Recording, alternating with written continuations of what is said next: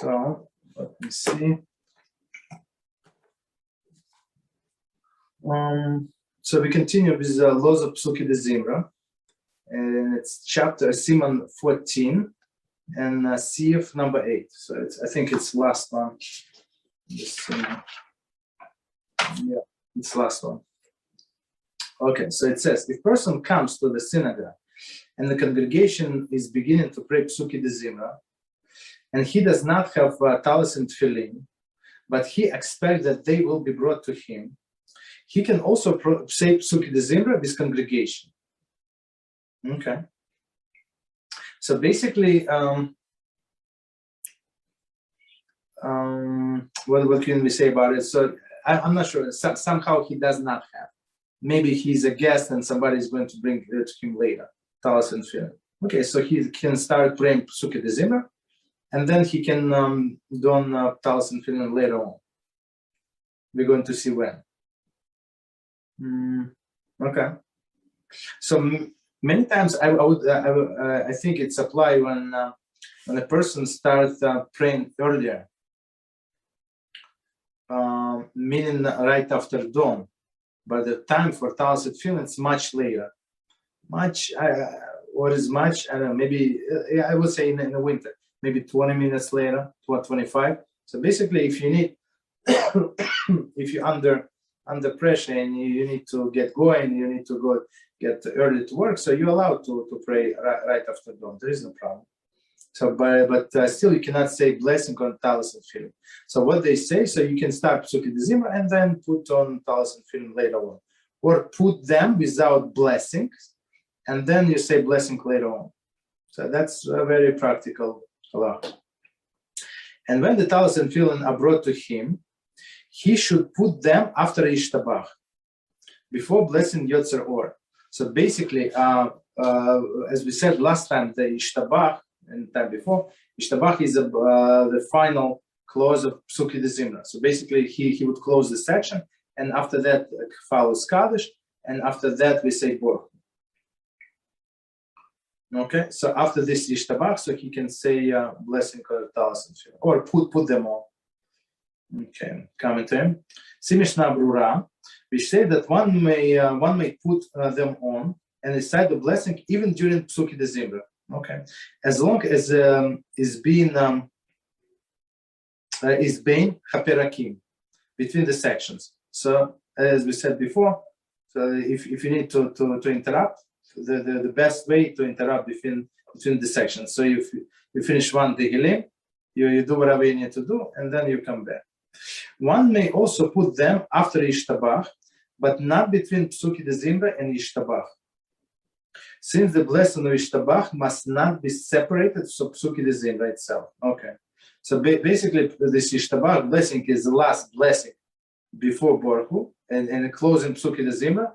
So between end of the passage Pesukei de Zimra and Ishtabach, you're not allowed to say to put on tefillin. I mean, yeah, you're not allowed. So just finish the section and say it, no problem. If he fears that while he's putting them on, the congregation will pass him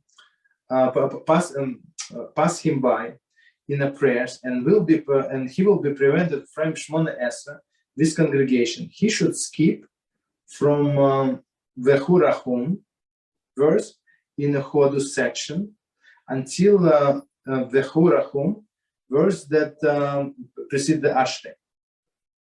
Okay, so we're going to explain what does it mean. Or he should skip it from Vayasha. Commentary. The verse HaShem saved that day.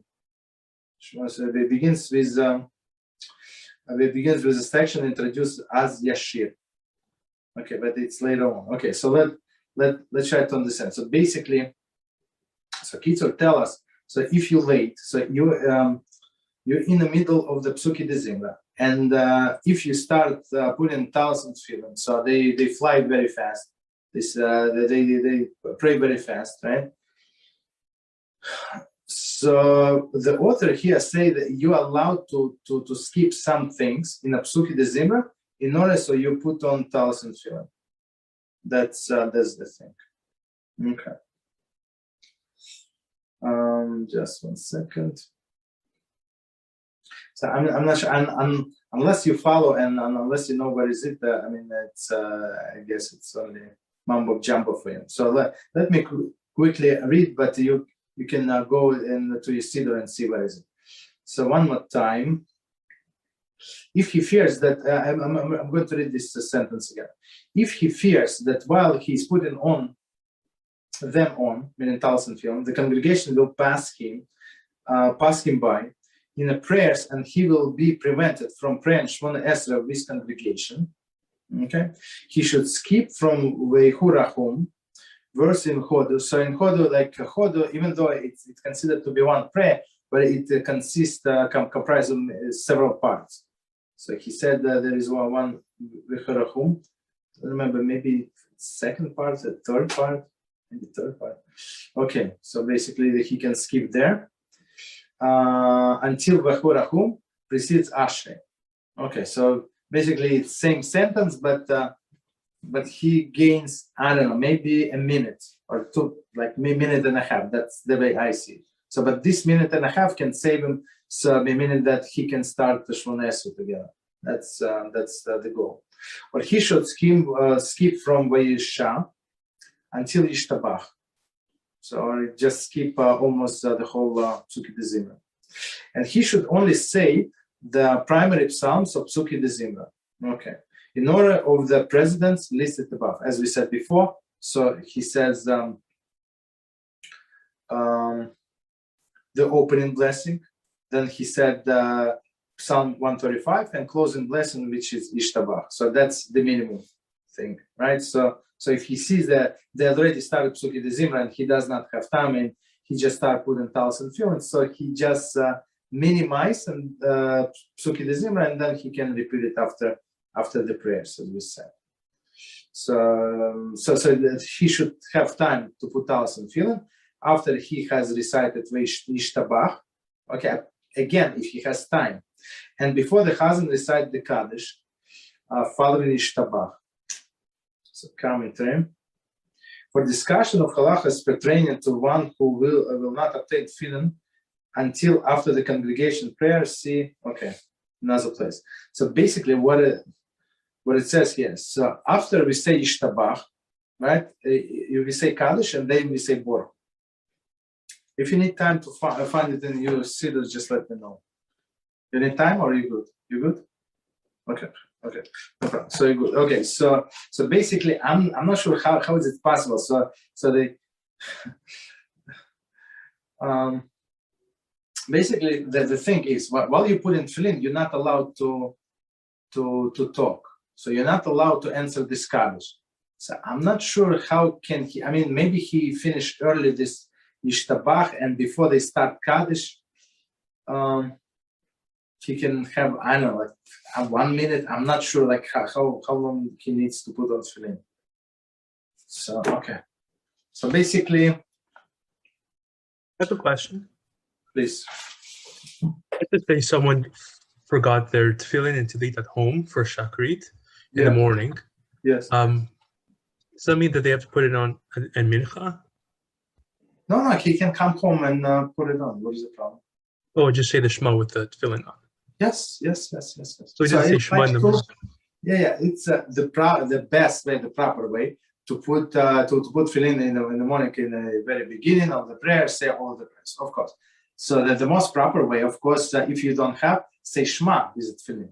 Okay, but if you're going to miss, we didn't get to it, but if you're going to miss praying Shmona Esrei together with congregation because you're waiting for tefillin to say Shema, so it's not worth it.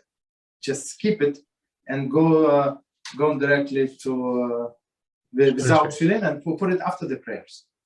Okay. So this praying Shmona Esrei with congregation is at the topest priority. Then Shema congregation is with tefillin. So basically, thank you. Yes, you're welcome.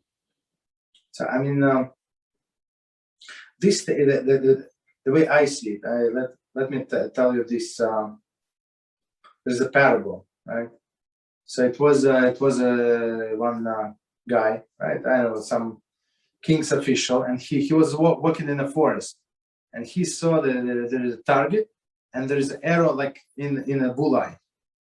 Somebody is a sharpshooter, very nice. So he kept continue walking in a forest and see another target, and exactly in the center, the arrow exactly in the center. And he was walking and saw many of these like exactly in the center. He said, if I found this guy and bring him to the king, so the king would be giving me a big reward to find such a great shooter. So and then he comes, and there is like open space, and on a tree trunk there is a guy sitting eating his lunch. He said, "Are you that shooter?" He said, "Yeah." He said, "You know, if you go into the king, king is going to pay with salary." And this guy starts laughing and like he said, "Well, he said, did you shoot all of these arrows?" He said, "Absolutely." "You sharpshooter?" I said, "Absolutely not." I said, "What do you mean? But you shot like in a bullseye?" He said, "No, you don't know. You don't understand how it works. First I shoot, and then I draw the target around it." So with this approach, you cannot lose. So I don't remember who one of our great Mussar masters said that should be our approach. First, you have to draw the target, right? And then from this target, you have to do like the rest. You understand? So first, your target is to come to shul with the tefillin and tallis on time. So all others. So if it means that I have to go to bed 9 p.m., I go to bed at 9 p.m. 9:30. So all others you just skip. It's not part of my agenda. That's it. It's out of the picture. You understand? So with approach like that, I think it's easier to skip most of this to avoid most of these difficult situations. I think. So if you know what is primary, all other is secondary, so you're never going to miss.